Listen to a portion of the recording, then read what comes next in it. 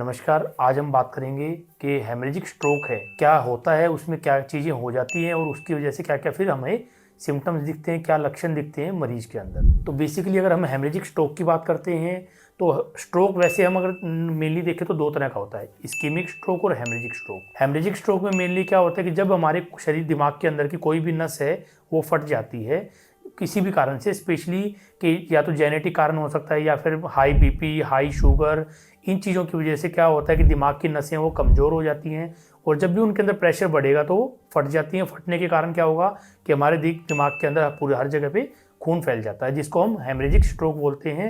और जब उन पेशेंट्स का हम सीटी स्कैन या एमआरआई करवा के देखते हैं तो उसमें पता चलता है कि दिमाग के अंदर है वो खून फैला हुआ है, जिसको हम हेमरेज बोलते हैं। तो हेमरेजिक स्ट्रोक होता है वो। अब अगर उसका हम देखें मेनली कि उसमें होता क्या है कि किसी भी कारण से जब हमारे खुद दिमाग की नसें वो कमज़ोर हो जाती हैं किसी भी पॉइंट के ऊपर, तो वहाँ पर क्या होता है कि फिर वो नस फूल जाती है, जिसको हम हमारी भाषा में एन्यूरिज्म बोलते होते हैं।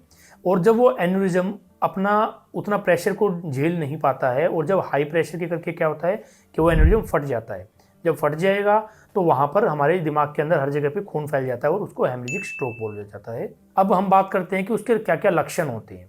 अगर जो भी पेशेंट है हमारे पास जो हेमरेजिक स्ट्रोक से लक्षण से आते हैं तो उनमें मेनली सबसे पहले हमने जो मेनली देखा है वो होता है कि हेडेक, कि उनको पेशेंट को बहुत ज़्यादा तेज सिर दर्द होता है। पेशेंट हमें बताता है कि जी कि मुझे लाइफ टाइम में इतना तेज दर्द कभी नहीं हुआ जितना कि मुझे जब मैंने अब एक्सपीरियंस किया है कि इतना तेज सीवियर थ्रोबिंग हेडेक बोलते हैं हम, कि बहुत तेज सीवियर हेडेक पेन था मुझे। और अगर हम बात करें इसमें लक्षणस की तो वो डिपेंड करते हैं सारे लक्षण की दिमाग के अंदर हमारा जो हेमरेज है खून है वो कितना लीक हुआ है। अगर कम होता है तो पेशेंट को मेनली हेडेक की सिम्टम्स आते हैं, या फिर हो सकता है कि उनको एक साइड में वीकनेस आ सकती है, या फिर कुछ देखने में या सुनने में ब्लरिंग विजन या उन चीज़ों की दिक्कत हो सकती है। या फिर कभी कभार जब बहुत ज़्यादा खून फैल जाता है तो एकदम से सडनली क्या होता है कि पेशेंट अनकॉन्शियस हो जाता है, बेहोश हो जाते हैं, गिर जाते हैं और फिर उनको हॉस्पिटल लाया जाता है। उनका जब सीटी स्कैन या एमआरआई करके देखा जाता है तो उसमें मिलता है कि उनको हेमरेजिक स्ट्रोक है, कि पेशेंट को एकदम से कहीं भी जो खून की नस है वो फट गई है, खून लीक हो गया है और जिसकी वजह से वो बेहोश हो गए हैं।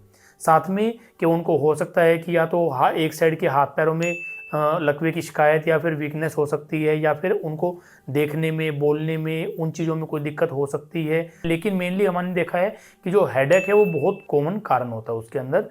तो और स्ट्रोक के अंदर चाहे कोई भी स्ट्रोक है, चाहे इस्कीमिक है चाहे हेमरेजिक स्ट्रोक है, दोनों में ही टाइम का बहुत मैटर करता है। अगर टाइमली हम पेशेंट को लेके हॉस्पिटल जाते हैं, अगर टाइमली उनको ट्रीटमेंट किया जाता है तो पेशेंट की जान को बचाया जा सकता है। इवन हेमरेजिक स्ट्रोक जिनके अंदर कि बहुत ज़्यादा खून से दिमाग के अंदर फैल गया है, तो हमने देखा है कि बहुत बार ऐसे पेशेंट्स हॉस्पिटल भी नहीं पहुंच पाते हैं, या फिर कुछ जो हॉस्पिटल पहुंच भी जाते हैं तो अगर वो टाइमली नहीं पहुंच पाते हैं तो उनकी जान को खतरा भी हो जाता है। तो इसलिए कि स्ट्रोक इज़ टाइम और टाइम इज़ ब्रेन। बाकी इससे जो रिलेटेड और हमारी वीडियोज़ हैं वो हम डिस्क्रिप्शन बॉक्स या कमेंट बॉक्स में आपको लिंक मिल जाएंगे, आप वो वीडियोज़ देख सकते हैं।